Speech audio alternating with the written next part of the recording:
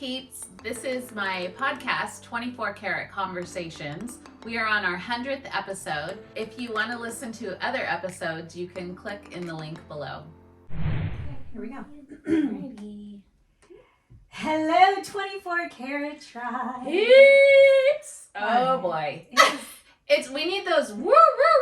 Yeah, well, we're going to make sure Andrew puts something in because this is like celebrate. It's our 100th episode. 100 episods. So 100 episodes. That doesn't even seem like, I don't even know how do we do 100 episodes? I'm not even sure what we can talk about. Yeah, I know we can talk that much. We can.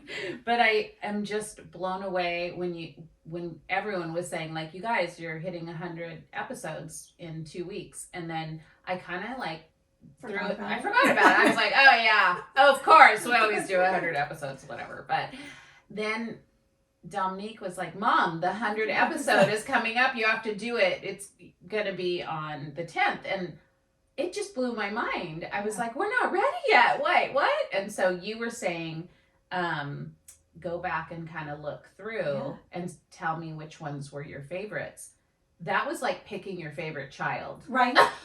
No, there's so many. I started smiling every time I looked at all the episodes. I was like, oh, that was such a good one. Oh, look at little sweet Jessica. Oh, remember when we had Carrie on? I mean, it was just so many. I know. And then the funny ones. And then when our daughters were on. Mm-hmm. But I'm just going to go back. I went all the way back. She went all the way back. So one of my favorite ones, and I was listening to it before I came over, was episode 3, Faith Raised or Faith Raised Up. Oh, that was a good one. It was such a good one. And as I was listening to it, I was like, oh, wow, we're really good. No.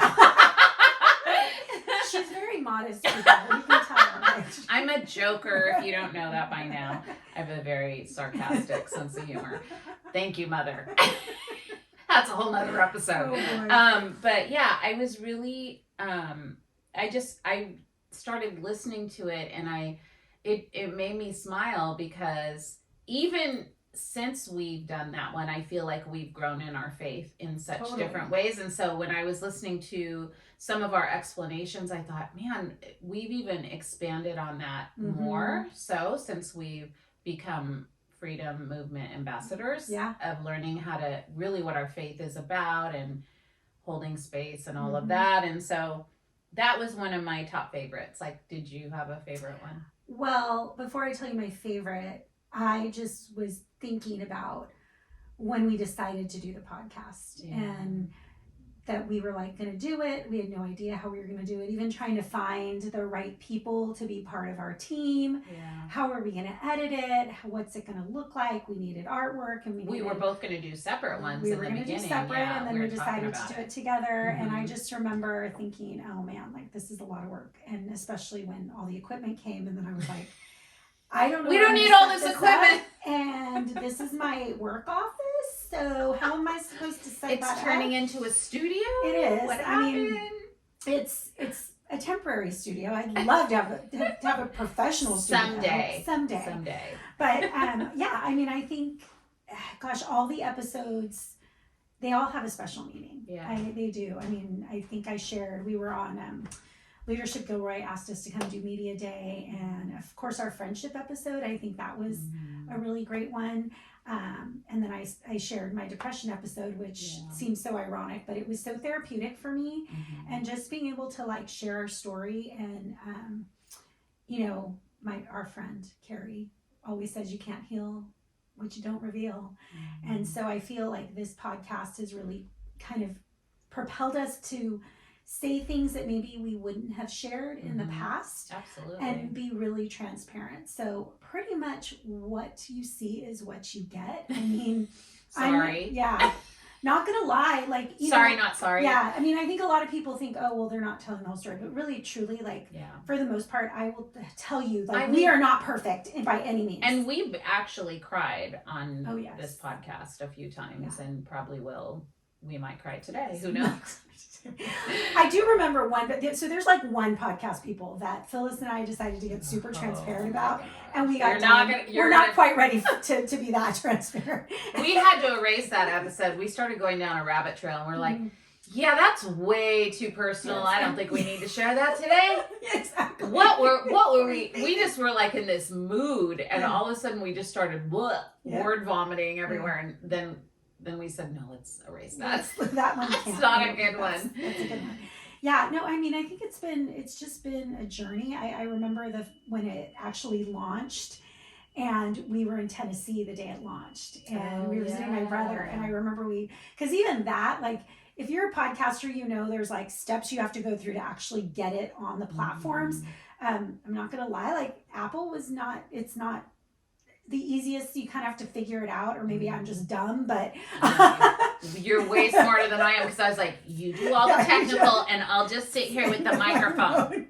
I'm really good right here. Just leave me right here. It's good.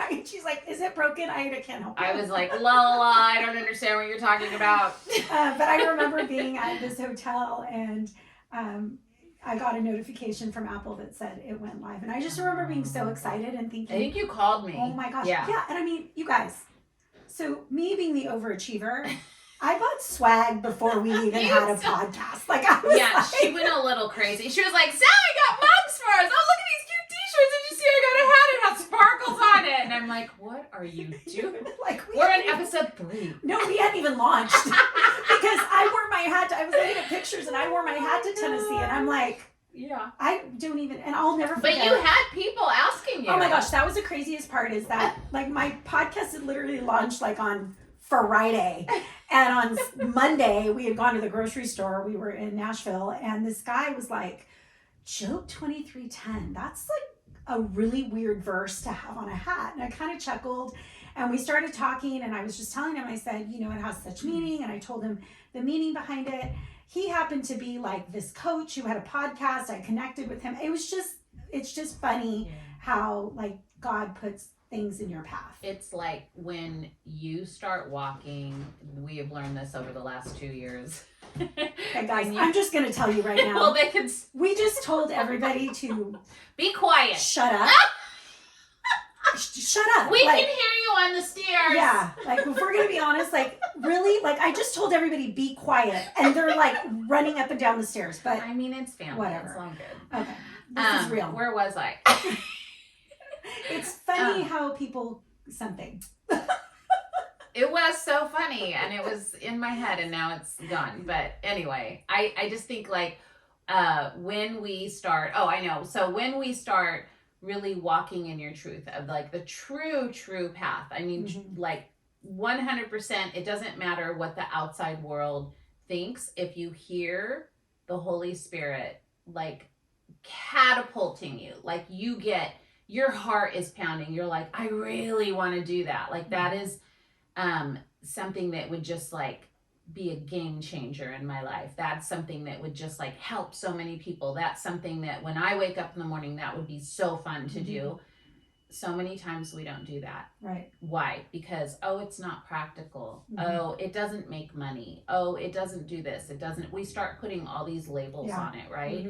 And you and I have just done it. Like we just threw caution to the wind, and we said, we just know in our gut, like we knew our Holy Spirit gut, like our gut check was like, oh my gosh, this feels so right and so true.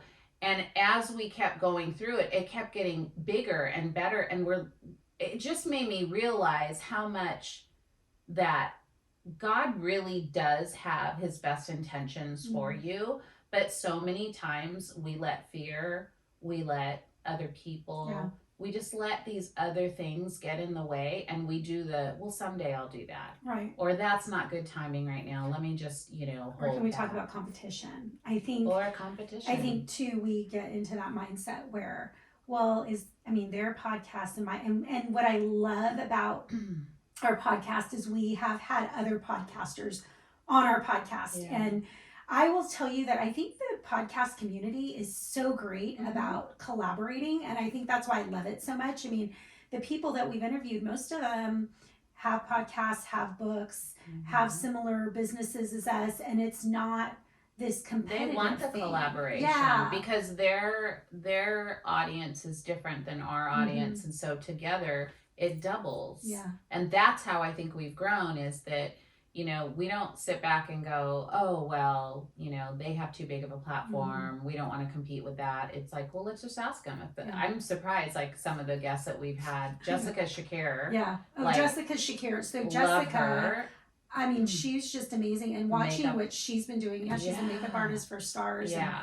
She's amazing. I mean, I think she's an amazing woman of God. Like she, you know, that's one of my favorite episodes is when I asked her who was the one person that you got to talk to, and she said Eminem. And she said, you know, she just told him, you know, God loves you, and he just gave her the biggest hug and said thank you so much. And so, you know, that's what I'm talking about, is living your truth and just doing it anyway. Like most people would tell her, hey, don't do that. Like if you proclaim who you are in that business, like you're never going to work again, you know.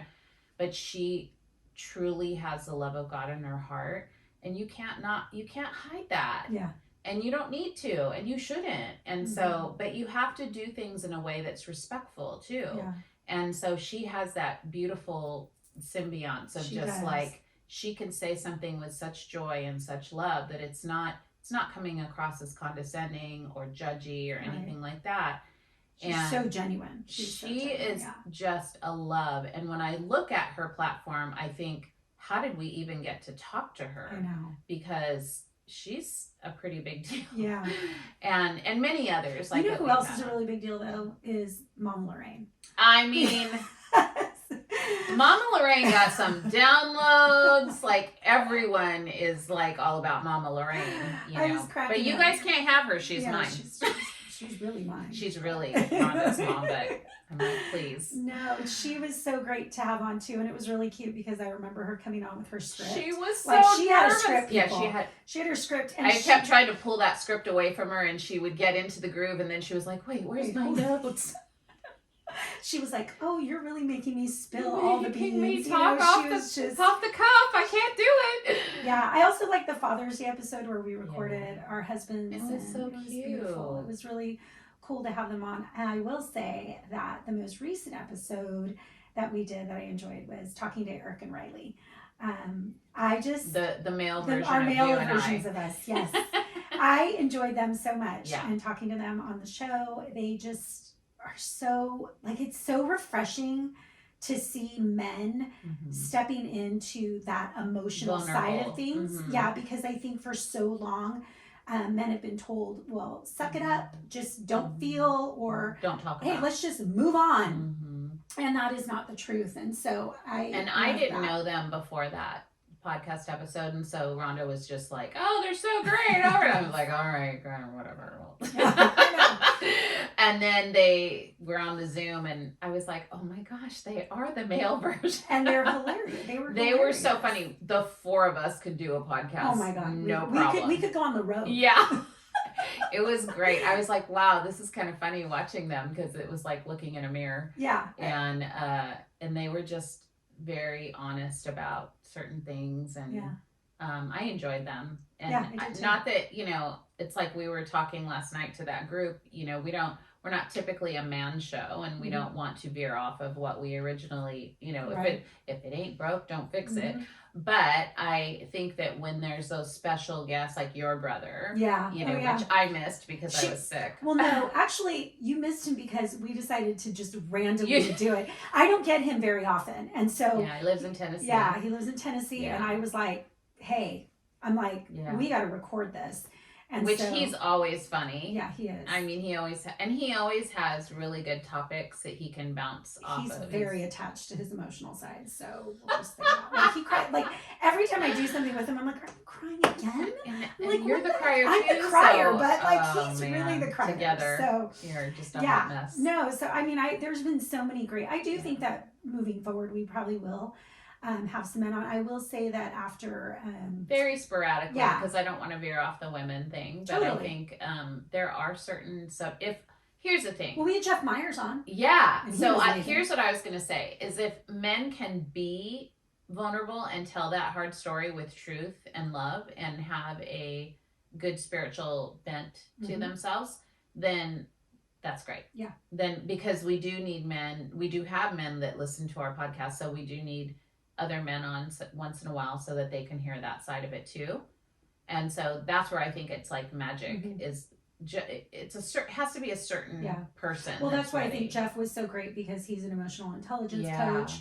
He kind of talked about our emotions, and I think he even stated on the podcast that going through like the emotional intelligence training, that it saved his marriage. And so I think, us being able to have men sporadically on to be able to just even learn how as women to deal with our husbands. Because I will tell you, like, if I'm being truly honest, I have not always held my husband's heart right. Like, I have not always held space for him. I have not. I don't think anyone it's so does. hard. I think it's hard. Yeah, we mess that up. Yeah.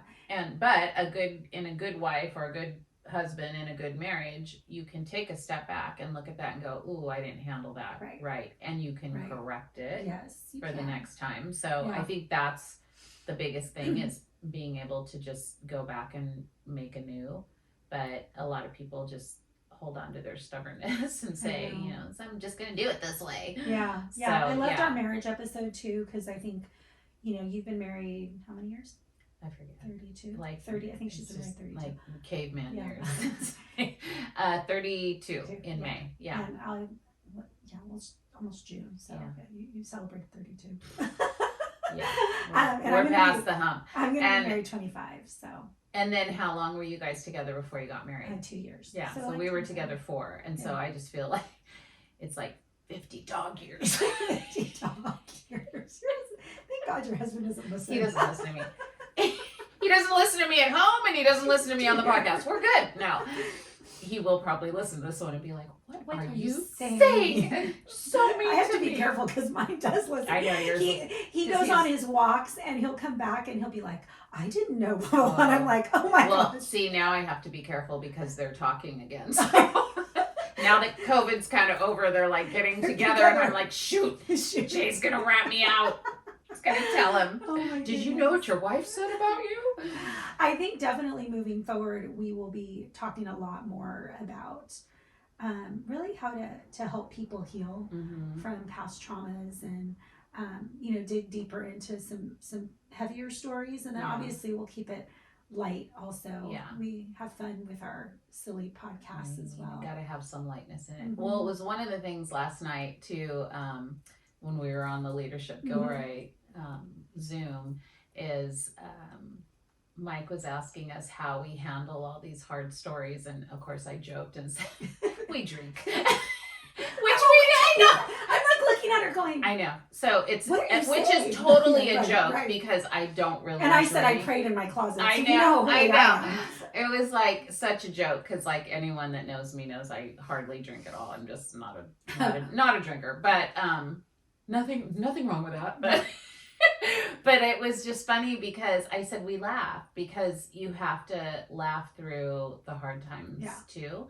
And so I think, moving forward with different episodes and stuff is we have to find maybe coping skills is what we need to talk about because, just like right now before the pod, we are really tired today. I'm really tired. It's and, it was a long night too. Yeah. We went last night doing that interview till after 8 and we're tired. Yeah. So anyway, we did our oils before we our handy oils. So this right here, I'm like literally my lavender oil, rubbing it in my hands and just breathing it in for a few seconds. I'm like, we both keep it at our desk. We're learning how to. Mine's orange flavored, but it just like takes you. And then also, I always remember like wear your feet, wiggle your fingers, like being in touch with your body. So I think we can really do like episodes on that of like how we detach from what we're feeling and we don't even realize that we're doing that. So I think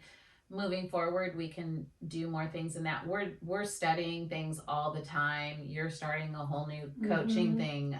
You're going to learn a lot through trauma work. I'm probably going to be getting another certification here in the next year or two. And so, we have like a whole bunch of other things that we can start talking about and really sharing with people. But mostly, we're just so thrilled that people resonate with what we throw out there. Because sometimes we're like, is this a good idea? Yeah, I feel like it is, but I don't know. And then we'll get this feedback from people saying, that was the best episode ever. And we're like, was it? That's good. Yes. Because we were kind of, hesitant. But again, see, that's what I'm saying is like, you have to do things anyway, even if you're scared, even if you, like, if you and we don't have like, not all our fans love us, just so you know. Phyllis and I have gotten some shady, greedy like comments, and it's just so very funny. rarely, but we get, everyone gets that. That's the thing is like when you have any kind of a platform is you're going to have one or two people or whatever, a few people that are just going to not be about it. And they want to just comment and fight, make like, it, and fight. And I learned a long time ago from another person that had a platform, and they said, "Don't respond." It's so true because I see some celebrities doing that, and they end up getting in trouble because ultimately, what happens is you end up saying something you didn't mean, and then you look like the bad guy. And so I choose to just delete.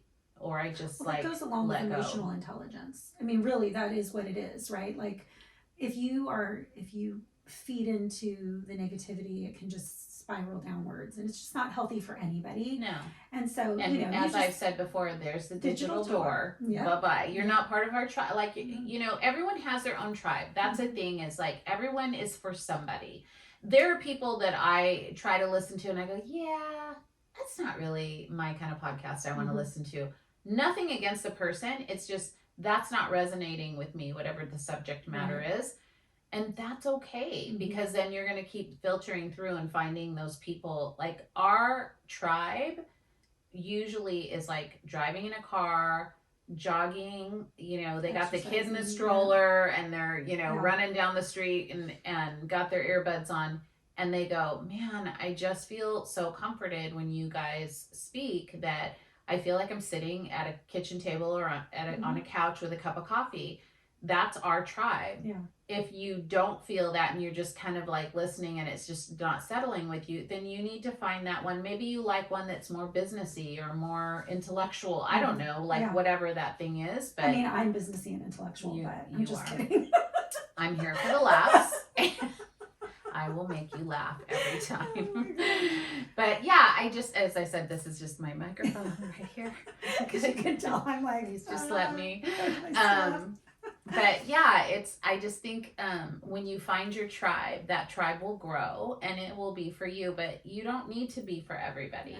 And you shouldn't be anyway. Like everyone has room at the table for whatever their specialty is. I think whatever we started 2 years ago, it's working. It's working. And I will say what, we've had our fair share of ups and downs. We've told you guys that many of times. I mean, we've had really tough seasons where we've continued to push through and record and step outside of our emotional feelings and what we're going through at the moment to get content out. I mean, there's been really heavy days. That's a whole episode in itself. That is a whole episode in itself. Yeah, no, really it's heavy true. Seasons, and we have decided, no, we're not going to allow the season that we're in to, come in between what we're creating, because really, ultimately, like, I just want women to feel like this is a safe space.